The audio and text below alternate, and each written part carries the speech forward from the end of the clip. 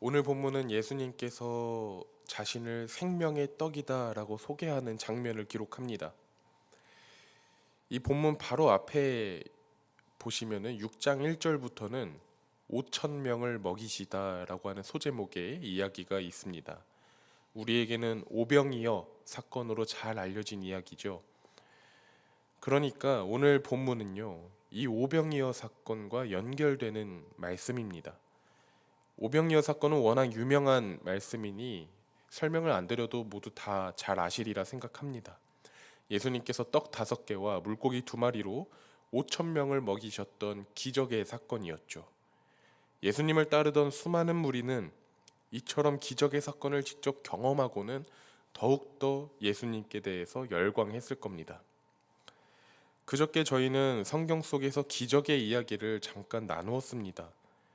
우리는 성경에서 기적의 이야기를 보면 그 기적 안에 숨어 있는 참된 의미보다도 기적 그 자체에 먼저 집중하고 조명하게 됩니다. 베데스다 연못에서 38년 된 병자를 고치셨던 예수님의 말씀도 그 이야기를 우리가 그 말씀을 먼저 봤을 때 우리가 가장 먼저 인식하게 되는 것은 아픈 사람을 고쳐주신 예수님이라는 놀라운 기적인 것이죠. 오병이어 사건도 마찬가지입니다. 우리가 이 사건을 보았을 때 우리가 가장 먼저 인식할 수 있는 것은 보리떡 5개와 물고기 2마리로 5천 명을 먹이신 놀라운 기적의 이야기라는 겁니다. 놀라운 기적을 보고 그것에 먼저 감탄하는 것은 사실 당연한 것이죠. 초자연적인 현상을 보았으니까 당연히 놀랍고 신기하죠. 마찬가지로 예수님을 따르던 수많은 무리도 그런 기적을 보았고 또 직접 체험했고 놀라워했습니다. 그러나 문제는요, 그들은 앞으로도 예수님께 그런 것만 기대했다라는 겁니다. 예수님께서 사람의 병을 고쳐주셨다면 왜 그의 병을 고쳐주신 것인지, 5천 명을 그렇게 먹여주셨다면 왜 5천 명을 그렇게 먹여주신 것인지, 그것을 궁금해하지 않고 그저 놀라운 기적이 일어나기만을 바랬다라는 겁니다. 저도 과거에는 그런 기적이 일어나기를 내심 바라면서 살았습니다. 그러나 그게 바른 믿음이 아니라는 것도 깨달았죠. 놀라운 기적이 일어나는 것보다 하나님께서 오늘 나와 함께 하심이 더 큰 기적이다라는 것을 알았습니다. 그래서요, 우리가 가진 믿음에 왜라는 질문을 던지는 게 중요합니다. 우리가 가지고 있는 믿음에 왜라는 물음표를 던져 보시겠어요? 우리가 왜 예수님을 믿는지, 우리가 왜 이 자리에 이렇게 모여서 예배를 드리고 있는지, 우리가 왜 하나님께 기도하는지 질문을 해보면 우리가 신앙생활을 하는 이유를 발견할 수 있게 됩니다. 내 자신이 정말로 기적을 바라고 있는 것인지 아니면 기적을 일으키시는 예수님을 바라보고 있는 것인지 알 수 있게 되는 것이죠. 2000년 전에 예수님을 따르던 수많은 무리도 아마 그랬을 겁니다. 그들이 가진 믿음의 왜라는 질문을 던져보면 아마도 이런 답이 돌아왔을 것 같습니다. 나는 병을 고침받기 위해서 예수님을 따라다닙니다. 나는 앞을 보기 위해서, 나는 걸어다니기 위해서, 나는 굶주리지 않기 위해서 예수님을 따라다닙니다. 이들이 이러한 이유로 예수님을 따라다녔다면 그것은 그만큼 그들이 간절했다라는 의미였겠죠. 인간은 병약함과 굶주림 가운데 있을 때 그것이 인생에서 가장 큰 문제가 되어서 그만큼 간절해지게 됩니다. 우리한테도 먹고 사는 문제가 가장 중요한 문제이지 않겠습니까? 그 문제가 간절해지기 시작하면 그 문제를 해결하는 것이 곧 인생의 목적이 되고 또 더 나아가서는 신앙의 이유가 되기도 합니다. 그만큼 인간은 연약한 존재이지요. 그리고 예수님은 그들의 간절함을 외면하지 않으셨습니다. 예수님은 간절함을 안고 살아가는 그들을 불쌍히 여겨주셨고 그들을 고쳐주셨고 또 그들을 먹여주셨습니다. 사랑과 자비를 베풀어 주셨죠. 그것이 예수님께서 이 땅 위에 살면서 보여주셨던 모습입니다. 오병이어 사건을 경험한 그 사람들도 예수님의 능력으로 굶주림을 해결하는 놀라운 체험을 했습니다. 그리고 그들은 예수님을 계속 따라다니기로 결심합니다.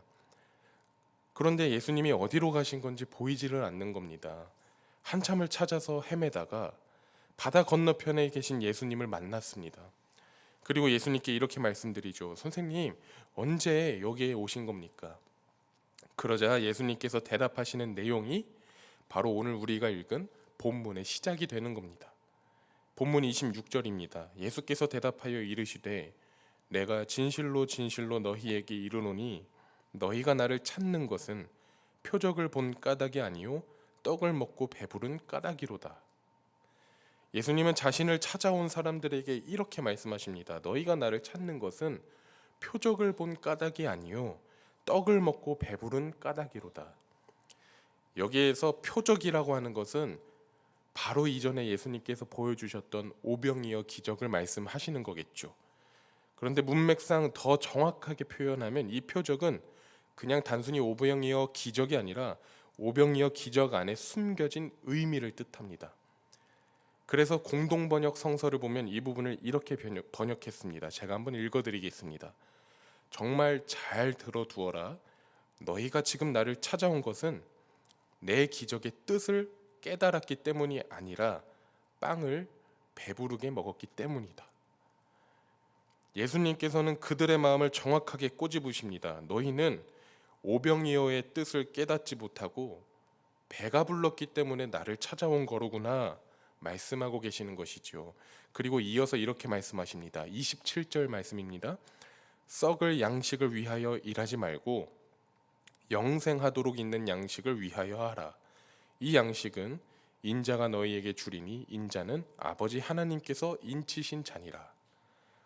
예수님께서 그들에게 직접적인 조언을 주시죠. 썩을 양식을 위해서 일하지 말고 영생하도록 있는 양식을 추구해라 말씀하십니다.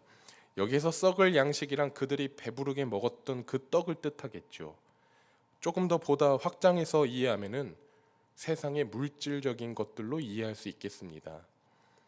그런데 예수님께서 썩을 양식을 위하여 일하지 말라라고 하신 이 말씀에 대해서 의문이 생길 수 있고 또 잘못 오해할 수도 있습니다. 이 말씀이 마치 물질을 위해서 일하지 말라라는 뜻으로 해석이 되면 앞으로 아무런 경제 활동도 하지 말라 이런 의미로 해석될 수도 있죠.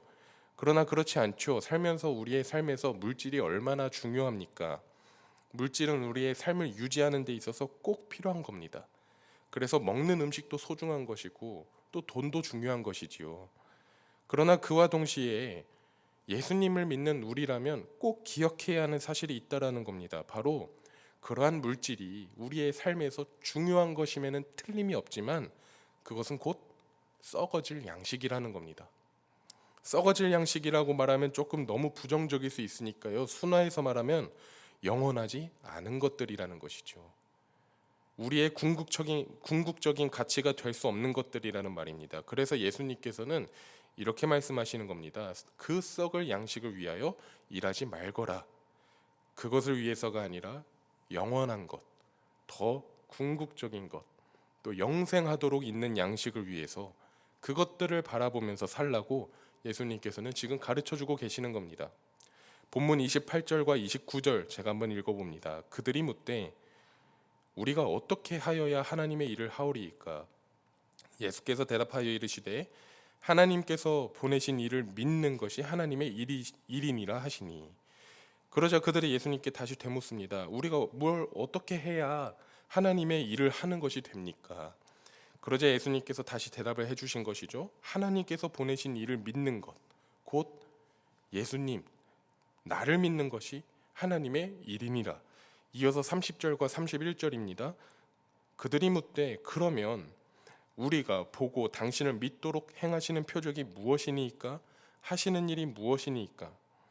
기록된 바 하늘에서 그들에게 떡을 주어 먹게 하였다 함과 같이 우리 조상들은 광야에서 만나를 먹었나이다. 그들이 예수님께 다시 묻습니다. 그러면 우리가 보고 당신을 믿도록 행하시는 표적이 무엇이냐라고 말이죠. 다시 말해서 우리가 당신을 믿게 하기 위해서, 우리가 예수님 당신을 믿기 위해서 우리에게 무슨 기적을 보여주실 겁니까? 라는 의미입니다. 그리고 자신들의 조상이 광야에서 만나를 먹었던 그 기적을 언급합니다. 하나님께서 하늘에서 만나를 내리셔서 이스라엘 백성을 먹이셨던 것처럼 자기들에게도 그와 같은 기적을 보여달라 요구하는 것이죠. 여러분, 하나님께서 광야의 이스라엘 백성에게 만나와 메추라기를 내려주셨죠. 그런데 하늘에서 만나를 내려주셨던 그 이야기의 배경과 또 그 이유를 생각해 보면 그 사건이 그렇게 아름답지는 못합니다. 왜냐하면 출애굽 이후에 이스라엘 백성이 모세를 향해서 끊임없이 원망하고 끊임없이 불평하지 않습니까? 이러한 원망과 불평이 바로 만나와 메추라기 사건의 배경이 되기 때문입니다. 말씀 한 군데만 같이 찾아보면 좋겠는데요. 출애굽기 말씀입니다. 출애굽기 16장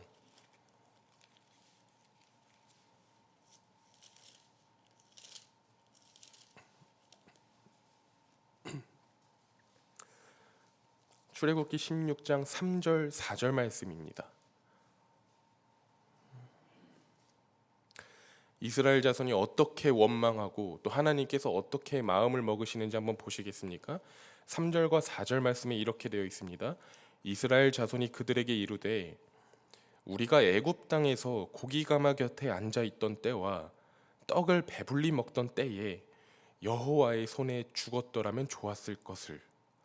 너희가 이 광야로 우리를 인도해 내어 이 온 회중이 줄여 죽게 하는도다. 그때에 여호와께서 모세에게 이르시되 보라, 내가 너희를 위하여 하늘에서 양식을 비같이 내리리니 백성이 나가서 일용한 것을 날마다 거둘 것이라. 이같이 하여 그들이 내 율법을 준행하나 아니하나 내가 시험하리라. 이스라엘 자손이 광야에서 먹을 것이 없으니까 불평하죠. 그것도 하나님의 손에 죽었으면 차라리 나았겠다. 그런 입에 담아서는 안 되는 말까지 하면서 불평합니다. 그리고 하나님께서는 이스라엘의 이 불평과 원망의 목소리를 들어주십니다. 그리고 그들에게 만나를 내려주시는데요. 그런데 하나님께서 이렇게 말씀하시면서 만나를 내려주십니다. 그들이 내 율법을 준행하나 아니하나 내가 시험하리라. 하나님은요, 이스라엘을 시험해 보기 위해서 만나를 내려주신 겁니다. 시험하기 위해서 이 만나를 내리셨다 하는 것은 그 안에 하나님의 이유와 하나님의 목적이 분명히 있었다라는 것이죠. 단순히 그들의 배를 불리기 위해서 한 것이 아니었습니다.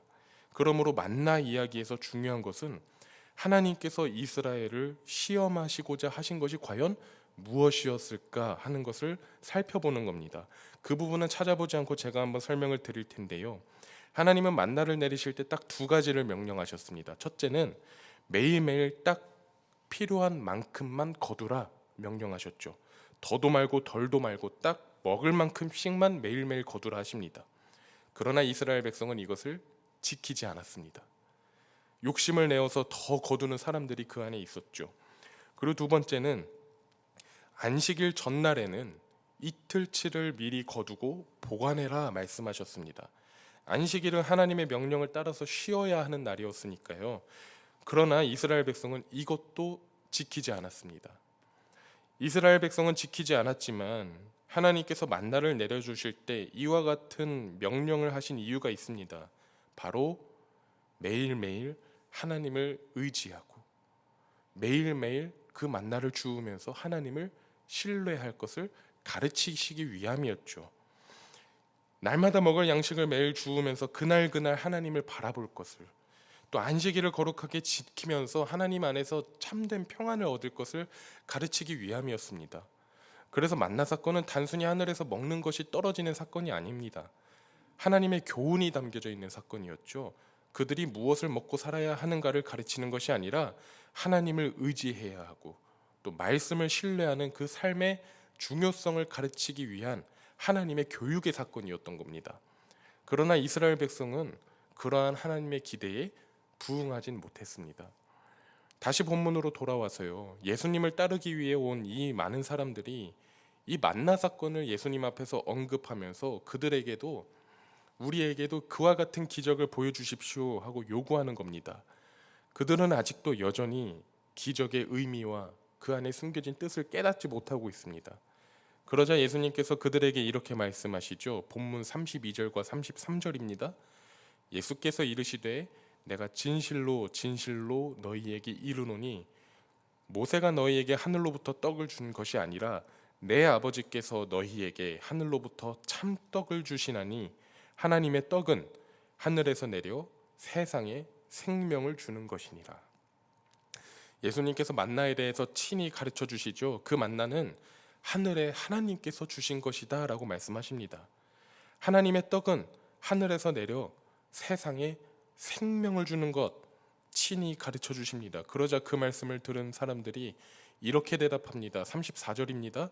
그들이 이르되 주여 이 떡을 항상 우리에게 주소서. 예수님께서 가르쳐 주시지만 이들은 여전히 그 하늘의 떡을 물질적인 것으로 생각하고 있습니다. 자신의 배를 부르게 할 수 있는 그 떡을 찾고 있습니다. 그러자 예수님께서 이렇게 대답하십니다. 본문 35절입니다. 예수께서 이르시되 나는 생명의 떡이니 내게 오는 자는 결코 줄이지 아니할 터이요 나를 믿는 자는 영원히 목마르지 아니하리라. 여러분, 우리가 가지고 있는 이 신앙의 왜라는 질문을 던져보면 예수님께서 답을 가르쳐 주십니다. 우리가 예수님을 믿는 이유는요, 예수님께서 생명의 떡이시기 때문입니다. 우리에게는 먹고 마시는 문제가 참 중요하죠. 또 건강하고 풍요로운 삶을 꿈꿉니다. 하지만 그것이 우리에게 중요한 것이면 틀림이 없지만 그것이 목적이 될 수 없다는 것을 성경이 가르쳐 주고 있는 겁니다. 우리의 목적은 썩을 양식이 아니라, 영원하지 않은 양식이 아니라 바로 생명의 떡이신 예수 그리스도라는 겁니다. 하나님께서 이스라엘 백성에게 만나를 내려주실 때 그들이 말씀을 따라서 하나님만을 의지할 것을 원하셨던 것처럼 이제 오병이어의 이 사건을 통해서 우리 예수님께서 우리에게 생명의 떡이 되시고 또 예수님 안에 진짜 배부름이 있고 예수님 안에 참된 만족이 있다는 것, 그러므로 오직 예수님 안에 거하는 삶을 살아야 한다라는 것을 우리에게 가르쳐주고 계시는 것이죠. 우리에게는 물질이 부족한 것도 문제이고요, 건강을 잃는 것도 문제입니다. 그러나 가장 중요하고 또 가장 긴급한 문제는 우리가 예수님 안에 있지 않을 때에 나타나는 문제라는 겁니다. 생명의 떡이신 예수님 안에 거하지 못하고 문제가 아닌 문제들로 허덕이면서 사는 것이 가장 큰 문제라는 것이죠. 그런 사람들은 믿음을 가지고 살아도 예수님 안에서 참된 자유와 기쁨을 맛보지 못하는 겁니다. 요한복음 6장의 제일 마지막 부분을 보시면 이 이야기가 어떻게 마무리되는가를 한번 보시죠. 요한복음 6장 66절입니다. 요한복음 6장 66절부터 69절까지 말씀, 예수님께서 이 생명의 떡에 대해서 다 가르치신 후에 그 이후의 이야기입니다. 66절입니다. 그때부터 그의 제자 중에서 많은 사람이 떠나가고 다시 그와 함께 다니지 아니하더라. 예수께서 12 제자에게 이르시되 너희도 가려느냐? 시몬 베드로가 대답하되 주여 영생의 말씀이 주께 있사오니 우리가 누구에게로 가오리이까? 우리가 주는 하나님의 거룩하신 자이신 줄 믿고 알았사옵나이다. 수많은 무리가 오병이어 사건을 경험하고 예수님을 따르겠다고 쫓아왔지만 예수님을 참된 생명의 떡으로 믿지 못했던 사람들은 모두 떠나가고 말았습니다. 베드로를 비롯한 제자들만 예수님의 곁에 남았지요. 여기에서 이 베드로의 고백이 정말 귀합니다. 주여 영생의 말씀이 주께 있사오니 우리가 누구에게로 가오리이까? 베드로의 이 고백이 우리 모두의 삶의 고백이 되기를 바랍니다.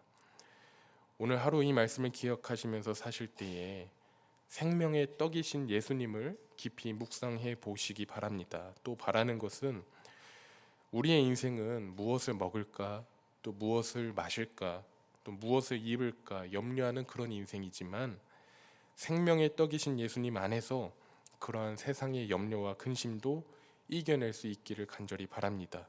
이처럼 예수님 안에서 참 만족, 참 기쁨을 부족함 없이 누리는 저와 여러분이 되기를 간절히 바랍니다. 같이 함께 기도하겠습니다.